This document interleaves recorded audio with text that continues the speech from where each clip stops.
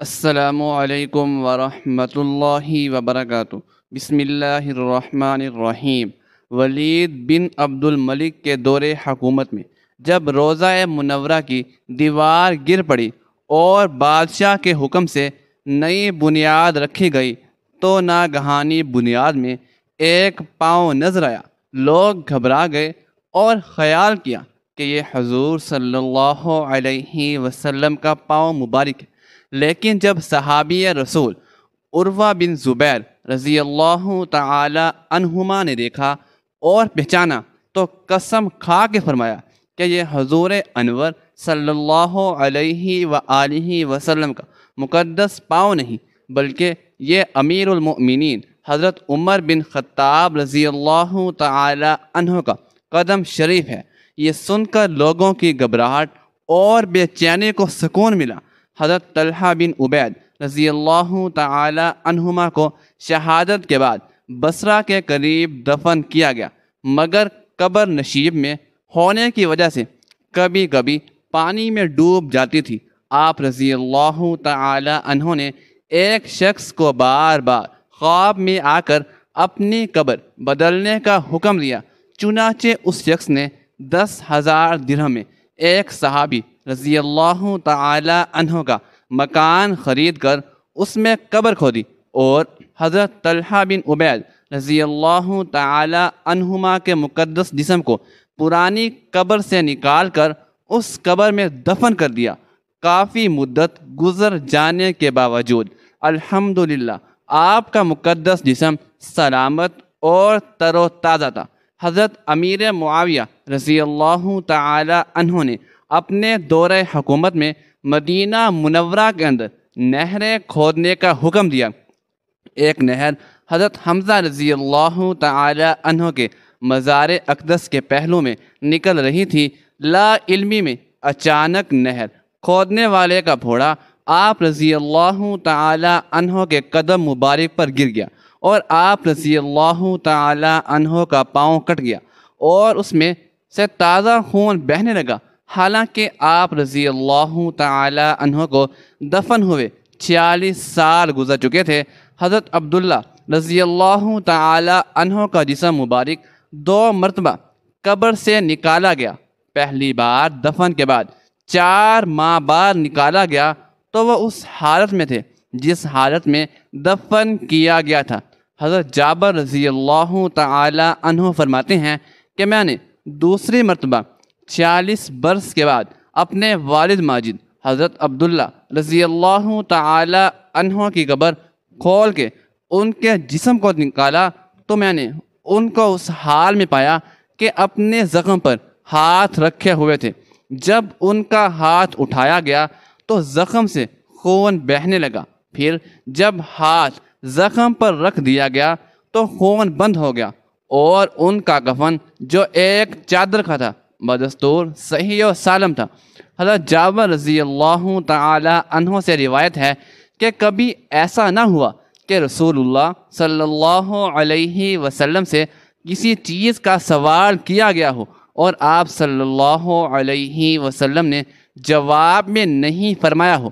ام المؤمنین حضرت عائشہ صدیقہ رضی اللہ تعالی عنہا کی ولادت وسعت کے 5ویں سال ماہ شوال مطابق ماہ جولائی 614 ہجری بمقام مکہ مکرمہ حجاز مقدس میں ہوئی۔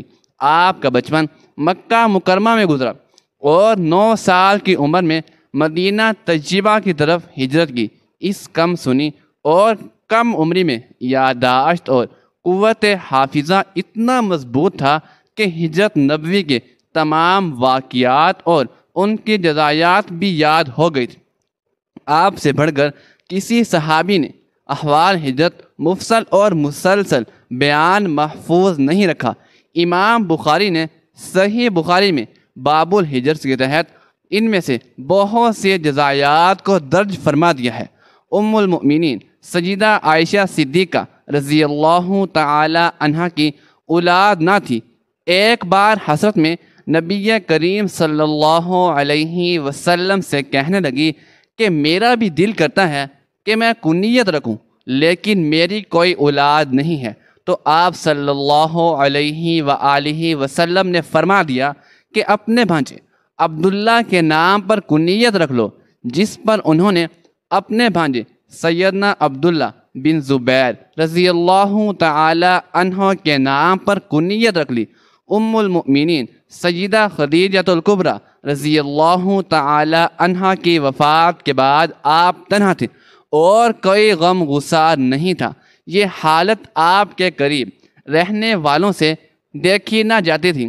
اسی دوران سیدہ خولہ بنت حکیم رضی اللہ تعالی عنہ نے آپ سے کہا کہ آپ اتنے پریشان رہتے ہو، شادی کیوں نہیں کر لیتے؟ آپ صلی اللہ علیہ وآلہ وسلم نے فرمایا کہ مجھ سے کون شادی کرے گا؟ انہوں نے آپ کو دو رشتے بتلائے کہ ایک سیدنا ابوبکر صدیق رضی اللہ تعالی عنہ کے گھر ہے اور دوسرا رشتہ سیدہ سودا بنت زمعہ کا ہے۔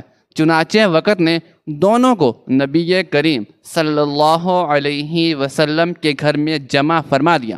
آپ کی طرف سے پیغام نکاح بھی سیدہ خولہ لے کر گئی۔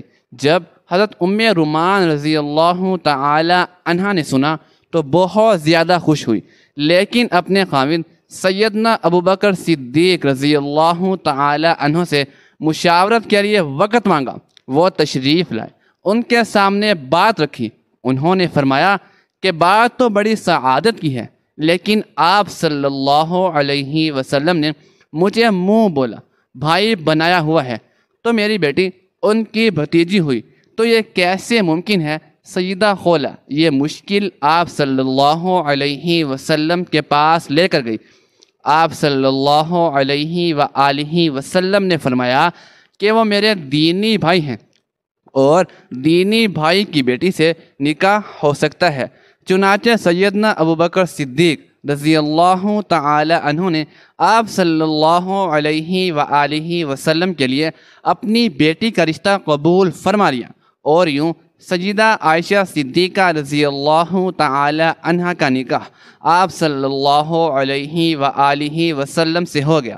ام المؤمنین حضرت عائشہ صدیقہ رضی اللہ تعالی عنہ اپنے والد گرامی کے زیر سایہ تعلیم و تربیت حاصل کرتی رہی، اور جلد ہی انہوں نے اپنے مثالی قوت حافظہ اور ذہن کی وجہ سے علم و فنون میں مہارت حاصل کر لی۔ جب آپ نبی کریم صلی اللہ علیہ وسلم کے نکاح میں آ گئی تو یہ دور ان کی تعلیم و تربیت کا حقیقی دور بنا۔ نبی مکرم صلی اللہ علیہ وسلم کے کشانہ اقدس میں آ کر حضرت عائشہ صدیقہ رضی اللہ تعالی عنہ نے جو کچھ سیکھا وہ آج پوری امت مسلمہ خصوصاً مسلمان عورتوں کے لیے بھلائی اور نجات کا سامان بنا ہوا ہے۔ نبی کریم صلی اللہ علیہ وآلہ وسلم پوری کائنات کے معلم اعظم کی حیثیت سے حضرت ام المؤمنین عائشہ صدیقہ رضی اللہ تعالی عنہ کی تربیت فرماتے رہے۔ آپ صلی اللہ علیہ وسلم اپنے جملہ ازواج کے ایک ایک فعل کی نگرانی فرماتے، اور کہیں کوئی لرغش نظر آتی تو فوراً اصلاح فرماتے۔ اس سلسلے میں ام المؤمنین حضرت عائشہ صدیقہ رضی اللہ تعالی عنہ کو جو امتیاز حاصل ہوا وہ ایک مثال رکھتا ہے۔ حضرت عائشہ صدیقہ رضی اللہ تعالی عنہ کی عمر نکاح کے وقت کم تھی۔ اس کی وجہ یہی تھی کہ ان کے ذریعے امت کی عورتوں کی تعلیم و تربیت کا کام لینا مقصود تھا۔ ام المؤمنین حضرت عائشہ صدیقہ رضی اللہ تعالی عنہ کو اللہ رب العزت نے ذہانت عطا فرمائی تھی۔ اس کے ہوتے آپ رضی اللہ تعالی عنہ کے سامنے جب بھی کوئی مسئلہ درپیش آتا تو آپ نبی کریم صلی اللہ علیہ وآلہ وسلم سے پوچھ لیتی، اور جب آپ صلی اللہ علیہ وآلہ وسلم مسئلہ واضح فرما دیتے تو وہ انہیں ازبر کر لیتی۔ یہی وجہ ہے حدیث کی کتابوں میں ام المؤمنین حضرت عائشہ صدیقہ رضی اللہ تعالی عنہ سے روایت کردہ حدیثوں کی کافی تعداد ہے۔ امام بخاری اور امام مسلم علیہم الرحمہ کے مطابق حضرت ابو ہریرہ رضی اللہ تعالی عنہ اور حضرت عبداللہ بن عمر رضی اللہ تعالی عنہم کے علاوہ کسی دوسرے صحابی نے ام المؤمنین حضرت عائشہ صدیقہ رضی اللہ تعالی عنہا سے زیادہ حدیث روایت نہیں کی۔ ام المؤمنین حضرت عائشہ صدیقہ رضی اللہ تعالی عنہا حضور نبی کریم صلی اللہ علیہ وآلہ وسلم کے نکاح میں شوال کے مہینے میں آئی اور شوال کے مہینے میں ہی آپ رضی اللہ تعالی عنہا کی رخصتی ہوئی۔ حضرت ابو عمر رضی اللہ تعالی عنہ فرماتی ہیں کہ ام المؤمنین حضرت عائشہ صدیقہ رضی اللہ تعالی عنہا اسی وجہ سے یہ بات پسند کرتی تھی کہ ان کے خاندان اور دوسرے تعلق دار لوگوں کی خواتین بھی اپنے خاوندوں کے پاس شوال المکرم کے مہینے میں ہی جائیں۔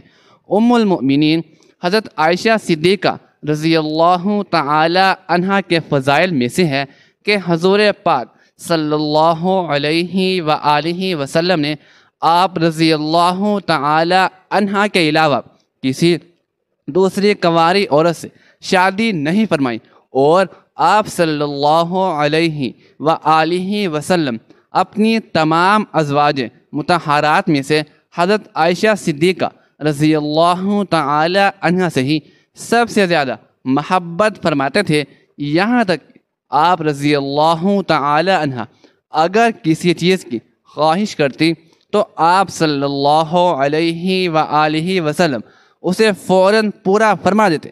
ایک سفر کا واقعہ ہے کہ جب حضور پاک صلی اللہ علیہ وآلہ وسلم نے حضرت عائشہ صدیقہ رضی اللہ تعالی عنہا کو نہ پایا تو فرمایا، ہائے میری دلہن۔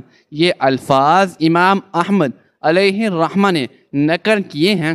حضرت عائشہ صدیقہ رضی اللہ تعالی عنہا دین کی بہت بڑی عالمہ اور وساحت کی دولت سے مالا مال تھی، نیز آپ رضی اللہ تعالی عنہا نے رسول اللہ صلی اللہ علیہ وآلہ وسلم سے باکثرت احادیث روایت کی ہیں۔ آپ رضی اللہ تعالی عنہا عرب کی تاریخ اور اشعار کی بھی بہت بڑی عالمہ تھی۔ یہی وجہ ہے کہ صحابہ اکرام اور تابعین کی بہت بڑے جماعت نے آپ رضی اللہ تعالی عنہا سے احادیث روایت کی ہیں۔ نبی کریم صلی اللہ علیہ وآلہ وسلم نے حضرت عائشہ صدیقہ رضی اللہ تعالی عنہا کے لیے 2 راتیں مقرر فرما رکھی تھی، ایک ان کی اور ایک حضرت ام المؤمنین سودا رضی اللہ تعالی عنہا کی، کیونکہ وہ بوڑھی ہو گئی تھی اور انہوں نے اپنی باری بھی حضرت عائشہ صدیقہ رضی اللہ تعالی عنہا کو دے دی تھی، یعنی حضرت عائشہ صدیقہ رضی اللہ تعالی عنہا ام المؤمنین حضرت خدیجہ الکبریٰ رضی اللہ تعالی عنہا کے بعد ازواج میں سے خوش قسمت ترین ہیں کہ جنہوں نے اللہ کے نبی صلی اللہ علیہ وآلہ وسلم کے ساتھ اتنی زیادہ قربت نصیب فرمائی۔ حضرت عائشہ صدیقہ رضی اللہ تعالی عنہا حضور نبی کریم صلی اللہ علیہ وآلہ وسلم کی رفاقت میں تقریباً 8 سال اور 5 ماہ رہی، لیکن اس عرصے میں آپ رضی اللہ تعالی عنہ کے ہاں کوئی اولاد نہ ہوئی۔ جب نبی کریم صلی اللہ علیہ وآلہ وسلم کے صاحبزادے جناب سیدنا حضرت ابراہیم رضی اللہ تعالی عنہ کی حضرت ماریہ رضی اللہ تعالی عنہ کے بطن اقدس سے پیدائش ہوئی تو حضور صلی اللہ علیہ وآلہ وسلم کی باقی تمام بیویاں رشک کھانے لگیں، اور انہیں یہ بات گراں گزری۔ حضرت ابو جعفر رضی اللہ تعالی عنہ سے روایت ہے کہ رسول اللہ صلی اللہ علیہ وآلہ وسلم کچھ دنوں تک حضرت ماریہ رضی اللہ تعالی عنہ کے پاس نہ گئے، کیونکہ آپ صلی اللہ علیہ وآلہ وسلم کی باقی ازواج پر وہ گراں گزرتی تھی اور ان پر رشک کھاتی تھی، مگر ان سب میں سے سب سے زیادہ رشک حضرت عائشہ صدیقہ رضی اللہ تعالی عنہ کو تھا، کیونکہ وہ بے اولاد تھی اور انہیں اولاد کی شدید خواہش بھی تھی۔ حضرت عائشہ صدیقہ رضی اللہ تعالی عنہ فرماتی ہیں، جب حضرت ابراہیم رضی اللہ تعالی عنہ پیدا ہوئے تو رسول اللہ صلی اللہ علیہ وآلہ وسلم ان کو لیے میرے پاس آئے اور فرمایا، اے عائشہ صدیقہ رضی اللہ تعالی عنہ، میرے ساتھ اس کی مشابہت تو دیکھو، یہ میرے ساتھ کتنا ملتا جلتا ہے۔ تو میں نے کہا، مجھے کوئی شباہت نہیں دکھائی دیتی۔ فرمایا، کیا تو نے اس کے گورے رنگ اور گوشت کو نہیں دیکھا؟ میں نے کہا، جو دائی یا اونٹنی کے دودھ سے پالا جاتا ہے وہ گورا اور موٹا فربا ہوا کرتا ہے، جس کے بارے میں ایک اور روایت بھی موجود ہے جس میں یہ الفاظ ہیں کہ ام المؤمنین حضرت عائشہ صدیقہ رضی اللہ تعالی عنہا نے عرض کیا، جسے بھیڑ کا دودھ پلایا جائے وہ فربا اور گورا ہوتا ہے۔ ام المؤمنین حضرت عائشہ صدیقہ رضی اللہ تعالی عنہا نے یہ کیوں فرمایا؟ جس کے بارے میں محمد بن عمر کہتے ہیں کہ رسول اللہ صلی اللہ علیہ وآلہ وسلم کی چند بھیڑ بکریاں حضرت ابراہیم علیہ السلام کے واسطے مخصوص تھی اور ایک اونٹنی کا دودھ بھی انہی کے لیے خاص تھا۔ یہی وجہ تھی کہ ان کا اور ان کی والدہ کا جسم اچھا تھا۔ ناظرین، یہاں پر آپ کو ایک اور اہم بات بتاتے چلیں کہ ام المؤمنین حضرت عائشہ صدیقہ رضی اللہ تعالی عنہا کی کنیت ام عبداللہ تھی، لیکن عبداللہ آپ کی اولاد نہیں تھی بلکہ آپ رضی اللہ تعالی عنہ کے بھانجے تھے، جو کہ حضرت عبداللہ ابن زبیر رضی اللہ تعالی عنہ ہیں۔ جب ان کی ولادت ہوئی تو رسول کریم صلی اللہ علیہ وآلہ وسلم ان کے منہ میں اپنا لعاب شریف رکھا اور حضور پاک صلی اللہ علیہ وآلہ وسلم نے حضرت عائشہ صدیقہ رضی اللہ تعالی عنہا سے فرمایا، یہ عبداللہ ہے اور تم ام عبداللہ ہو۔ حضرت عائشہ صدیقہ رضی اللہ تعالی عنہا فرماتی ہیں، اس کے بعد سے ہمیشہ میری کنیت ام عبداللہ ہی رہی، جبکہ میری کوئی اولاد نہیں تھی۔ اسی زمن میں ایک روایت یہ بھی ملتی ہے کہ جتنا عرصہ حضرت عائشہ صدیقہ رضی اللہ تعالی عنہ حضور پاک کے ساتھ رہی، اس عرصے میں آپ رضی اللہ تعالی عنہ کو ایک حمل بھی ہوا، لیکن کچھ عرصے بعد وہ ضائع ہو گیا۔ شرح بخاری امام احمد بن محمد قسطلانی علیہ الرحمہ نقل کرتے ہیں کہ اس بات کی کوئی اصل وجہ نہیں۔ آپ رضی اللہ تعالی عنہ کو ام عبداللہ صرف آپ کے بھانجے کی وجہ سے کہا جاتا تھا۔ ایک دن آپ رضی اللہ تعالی عنہ نے حسرت سے حضور نبی کریم صلی اللہ علیہ وآلہ وسلم سے اس بارے میں عرض کی کہ اور خواتین نے تو اپنی سابقہ اولادوں پر اپنی کنیت رکھ، میں اپنی کنیت کس کے نام پر رکھوں جبکہ میری کوئی اولاد نہیں؟ تو رسول اللہ صلی اللہ علیہ وآلہ وسلم نے فرمایا، تم اپنے بھانجے عبداللہ کے نام پر اپنی کنیت رکھو، جو کہ تمہاری بہن اسماء بنت ابو بکر عبداللہ بنت عوام کے بیٹے ہیں۔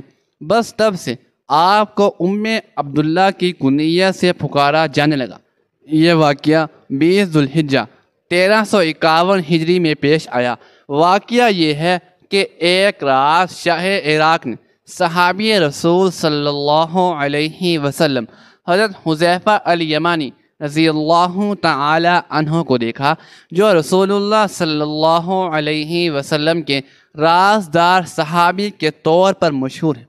آپ رضی اللہ تعالی عنہ نے خواب میں فرمایا کہ میرے مزار میں پانی اور حضرت جابر رضی اللہ تعالی عنہ کے مزار میں نمی آنا شروع ہو گئی ہے، اس لیے ہم دونوں کو اصل مقام سے منتقل کر کے دریائے دجلہ سے ذرا فاصلے پر دفن کر دیا جائے۔ اموار سلطنت میں مشغول شاہ عراق دن کے وقت یہ خواب بھول گئے۔ دوسری شب انہیں پھر یہی ارشاد ہوا اور اگلی صبح وہ پھر بھول گئے۔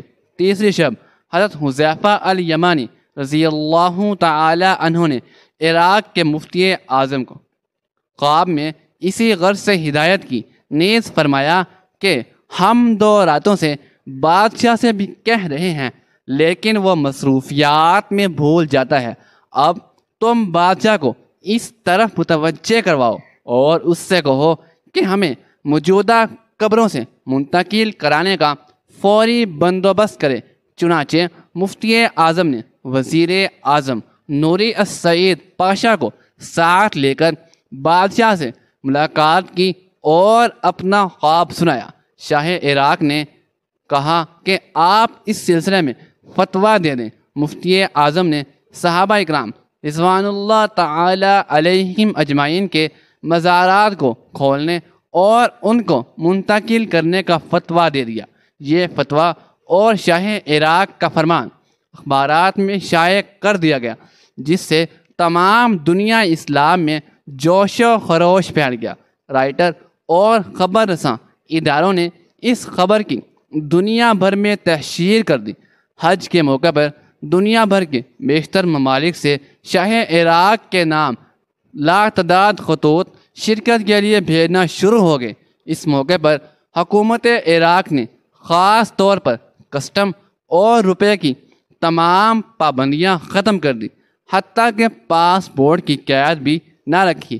مدائن جیسا چھوٹا قصبہ ان دنوں 10 روز کے اندر ہی اندر آبادی اور رونق کے لحاظ سے دوسرا بغداد بن گیا۔ ترکی اور مصر سے خاص طور پہ سرکاری وفد آئے۔ ان 10 دنوں میں جن جن خوش نصیب لوگوں کی قسمت میں ان بزرگوں کی زیارت لکھی تھی وہ پہنچ چکے تھے۔ ایک اندازے کے مطابق اس وقت 5 لاکھ لوگوں نے شرکت کی۔ پیر کے روز 12 بجے کے بعد مزارات مقدسہ کھولے گئے۔ معلوم ہوا کہ مزار میں نمی پیدا ہو چکی تھی۔ پہلے حضرت حذیفہ الیمانی رضی اللہ تعالی عنہ کے جسم مبارک کو کرین کے ذریعے اس طرح اٹھایا گیا کہ ان کا مقدس جسم کرین پر نصب کر کے اسٹیچر پر خود بخود آ گیا۔ کرین سے اسٹیچر کو الگ کر کے شاہ عراق، مفتی اعظم عراق، وزیر مختار جمہوریہ ترکی اور شہزادہ فاروق مصر کے ولی عہد نے کندھا دیا اور بڑے احترام سے ایک شیشے کے تابوت میں رکھ دیا، اور اس طرح حضرت جابر رضی اللہ تعالی عنہ کے جسم مبارک کو نکالا گیا۔ الحمدللہ دونوں اصحاب رسول رضی اللہ تعالی عنہم کے اجسام مقدسہ، ان کے کفن حتیٰ کہ ریش مبارک کے بال بالکل صحیح سلامت۔ اجسام مبارک کو دیکھ کے یہ اندازہ ہوتا تھا کہ ابھی شاید انہیں رحلت فرمائے چند گھنٹے سے زائد کا وقت نہیں گزرا۔ سب سے عجیب بات تو یہ تھی کہ ان دونوں مقدس ہستیوں کی آنکھیں کھلی ہوئی تھیں اور ان میں ایک عجیب سی چمک تھی۔ کئی لوگوں نے چاہا کہ ان کی آنکھوں میں آنکھیں ڈال کر دیکھیں، لیکن ان کی نظریں اس چمک کے آگے ٹھہرتی ہی نہ تھیں۔ بڑے بڑے ڈاکٹرز یہ دیکھ کر دنگ رہ گئے۔ ایک جرمن ماہر چشم جو بین الاقوامی شہرت کا حامل تھا، اس تمام کارروائی میں بڑی دلچسپی لے رہا تھا۔ اس منظر سے اتنا بے اختیار ہوا کہ آگے بڑھ کے مفتی اعظم سے کہتے ہوئے کہ مذہب اسلام حقانیت کا اس سے بڑھ کے اور کیا ثبوت ہو سکتا ہے۔ الحمدللہ وہ مسلمان ہو گیا۔ عراقی فوج نے باقاعدہ سلامی پیش کی۔ اس کے بعد بادشاہوں اور علماء کے کندھوں پر تابوت اٹھے۔ سفر اور اعلیٰ حکام کو بھی یہ شرف حاصل ہوا۔ اس کے بعد ہر شخص جو وہاں موجود تھا اس سعادت سے مشرف ہوا۔ قوموں پیش 80 سال قبل ہونے والا یہ ایمان افروز واقعہ تقریباً 20-25 سال تک بارہا اردو جرائد میں شائع ہوتا رہا ہے۔ اللہ تعالی ہمیں صحابہ اکرام اور اہل بیت سے محبت کرنے کی توفیق عطا فرمائے اور ہمارا خاتمہ ایمان پر فرمائے، آمین ثم آمین۔ ناظرین، کمنٹ باکس میں اللہ تعالیٰ کے 99 ناموں میں سے ایک نام ضرور ٹائپ کیجیے گا۔ شکریہ، اللہ حافظ۔